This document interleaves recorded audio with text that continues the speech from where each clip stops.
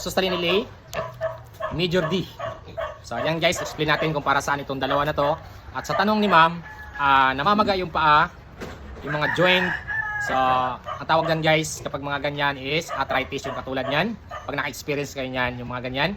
So pwedeng maiwasan yan guys. At saan ba nila nakuha yung mga ganyang sakit. Okay, explain natin kung para saan itong dalawa. So arthritis, so ang gamot guys pwede ang Sustalinil A. Yan, so mahalaga po guys, alamin nyo kung paano gamitin po ito para effective yung gamot natin. Dahil kapag mali at hindi tama yung paggamit nito, so sayang lang dahil pwedeng hindi effect, walang effect. So gamot rin ito guys sa pagtatai, gamot sa mga basta sanhi na po ng mga bacterial infection, pwede po ang Sustalinil A. At ito naman yung Major D, yan, so all-purpose disinfectant para puksain ng mga bakterya. So gaano kahalaga itong mga to guys. So arthritis, saan nakukuha? Yung ganitong hitsura ng mga biik. So yan po guys ay bakterya.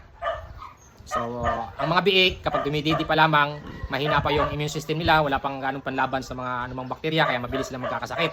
So paano napupunta ang bakterya sa kanilang sa kanilang katawan?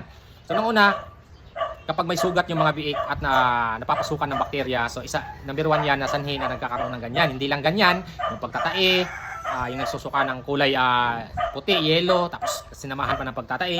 So effective ito guys yung Sustalinil A sa mga ganyang sakit. So unang-una, nagdi-disinfect ba kayo ng kulungan? So alam naman natin ang baboy dumudumi kung saan umiihi. So lahat naman yan nilalabas nila dahil yan ay mga bakterya din. So kapag yan ay hanggang linis lang tayo, nililinisan lang natin, tapos hindi tayo nagdi-disinfect, so meron pa rin yang bakterya. Lalong-lalo na kapag sa mga kulungan na laging basa, dyan guys, talagang matutuwa ang bakterya sa mga ganyang area na laging basa kasi hindi pa nakaka-disinfect. So may bakterya po talaga yan. So kailangan po natin mag-disinfect. So ito guys, safe ito kahit may laman, kahit may biik, i-spray mo lang sa kulungan. Yan, so safe po ito kahit may laman. Major D na disinfectant. So yan, paano natin maiiwasan? Mag-disinfect. At yung mga biik natin guys, lagi namang yan, front sa sakit po talaga. So napaka-sensitive nila sa mga ganyan dahil mahina pa nga yung immune system nila, wala pa silang ganong kalakas na panglaban sa bakterya. So ang gagawin natin, alamin ang dosage dito guys. So ito, meron akong video nito guys na actual kong ginamot na experience noon yung mga biik. So yung tipong kapanti lang tayo na kulungan natin kung sino pumapasok, mga aso, hayop, etc. Kung ano-ano, kung sino pumapasok. Tapos yung mga langaw, yan, mga carrier ng bakterya, lalo ni langaw, grabe. So kaya ang ginawa natin, binalot ng buong net yung area. May makakapasok na langaw pero iilan na lang, hindi katulad pag open. Pag may panahon na sobrang daming langaw. So may panahon naman na konti lang yung langaw pero hindi po talaga nawawala yung langaw. Andyan na po yan. Kaya ang naisip kong pinakasolusyon is binabalot ko talaga ng net ang buong area. Walang ibang makakapasok at nagdi-disinfect na po talaga ako lagi. At meron namang ang laki ng pinagbago guys. So hindi ko na basta-basta na i-experience yung mga ganyang sakit. Yung pagtatay nga hindi ko na masyado na i-experience kasi noon yung medyo kampante lang.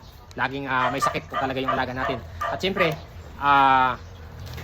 yung pinapakain natin, dati kung ano yung pinapakain natin, naghahalo ako ng mga kung ano para makatipid lang. So hindi rin para nakakatipid ka sa pagkain pero overall po talaga sa hindi ka po talaga nakakatipid. Sayang lang yung effort kaya in-stop ko lahat yun, nag-pure feeds ako. Sa pure feeds kasi hindi mo na kailangan kung balance kasi ang nutrients na nakukuha nila. So kailangan sa ating mga alaga is balance. Kaya medyo maganda yung kaya ang dami kong pwedeng ipakain para lang makatipid guys, pero in-stop ko na lahat yon dahil ganun din nagiging sakitin din yung mga alaga ko Nakakatipid ka sa pagkain pero pagdating po sa kalusugan ng ating mga alaga is hindi po talaga. Laging nagkakasakit, so doon pa rin nalulugi pa rin tayo sa pag nagkakasakit. So balik tayo sa arthritis. Yan, so nakakain ng maruming pagkain, maruming tubig, tapos yung sahig natin puro bakterya. So ito yung mga dapat gawin para maiwasan yan. Mag-disinfect, tapos mag-inject ng Sustalinil A. So maraming pwedeng ibigay guys. So ako kasi kung ano yung ginagamit ko, yun po yung i-recommend ko sa inyo kasi nga proven and tested. So hindi ko naman pwede sabihin na yung magbanggit ako ng ibang gamot as hindi ko naman ginagamit sa kulungan, so hindi ko naman nakikita yung resulta. So kaya kung ano yung ginagamit ko, yun po yung nire-recommend ko sa inyo na proven and tested po talaga sa paggamot po ng arthritis ng ating mga biik. So hindi po instant yan guys, hindi po magic na mag-inject ka ngayon, gusto mo kinabukasan, okay na. Lalo na yung mga bacterial infection na talaga yung tumatama, respiratory problem. So pwede rin yung mag-inject kayo yung mga anti-inflammatory, yung iwas pamamamaga din. Pero direkta ka na sa antibiotic kasi nga basta bacteria, so antibiotic po yung ibigay natin. So sa mga biik, kami nagtatanong kung hindi ba nakaka-epekto sa paglaki yung mga pagbibigay. So depende po sa gamot guys. Depende sa mga antibiotic na ginagamit po natin. Kaya itong Sustanin LA, yan, hindi po ito nakaka-epekto sa paglaki. Hindi nakakabansot dahil day 1 pa lang nagbibigay na ako nito. Di ba may program ako sa mga biik. 0.2, day 1, dito, day 3, 0.2 kung may problema, nagbibigay talaga ako nito. At mayroon akong regular na pagbibigay, kumbaga program na nagbibigay po talaga ako sa bagong panganak na biik kapag nagputol ako ng ngipin at saka buntot. So nagbibigay ako ng 0.2 nito. Yan. So ito 1 ml good for 10 kilos. So ako kasi sa mga big guys kapag DBDD pa, hindi ako nagbi-base sa bigat. Nagbi-base ako sa edad. Yan. So gagawan ko na lang ng ibang video guys yung kung sa edad, kung ilang dosage yung binibigay, yung ina-apply ko dito na hindi naman nagkakaproblema, kaya gagawan ko na ibang video yan. Kasi ang unang-unang tinatanong, ilang dosage, kailan inuulit. So ang paggamot po ng arthritis ay hindi po instant yan guys. Ang tagal po mawala niyan. Pero mawawala yan, kusa lang mawawala yan kapag nakapagbigay kayo nito. Kapag ganyan, arthritis, need po ng follow-up yan. Halimbawa, nag-inject ka ngayon, after 72 to 48 hours guys, pwede kayo mag-follow-up niyan lagi hanggang sa gumaling.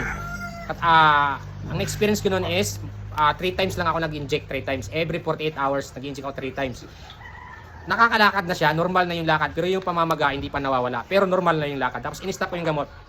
Yun, kusa na yung nawawala kasi nga dahil sa gamot na yun, ano kasi to guys, matagal ang effect yung gamot. Kaya kasi siguro ko sa inyo na effective po ito.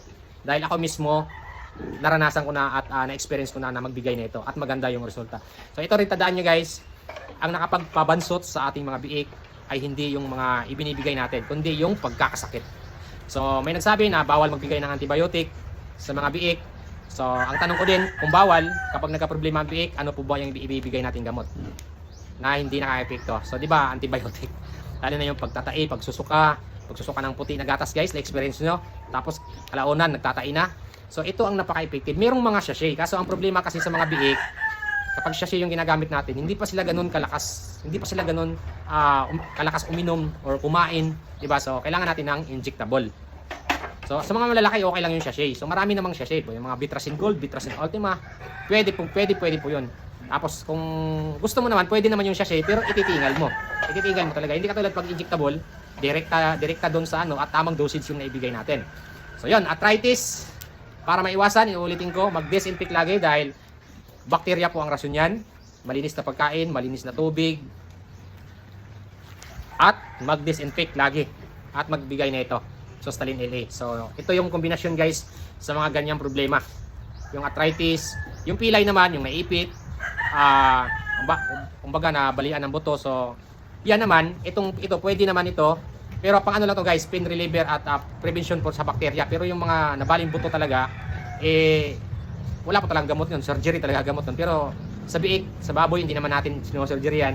So, kusa naman yan, kusang gagaling. Ang prevention lang din natin, bibigyan ng antibiotic, pain reliever, at para hindi, kapag hindi kasi natin binigyan din ng gamot, so lumalala, magkakaroon ng infection, so kailangan magbigay tayo ng antibiotic. So yan guys, napakahalaga nito kapag sa mga ganyan, partner po din ito, sa ganyang problema, yan, kita nyo yung joint na namamaga, yung ganyan guys, yan po ay tinatawag na arthritis, bacteria po ang rason yan, kaya kailangan bigyan ng gamot. Pwede ang Sustanin LA, at para maiwasan na magkaroon ng ganyan, mag-disinfect. So, yan po. Maraming salamat. And Happy Father's Day sa lahat ng mga tatay.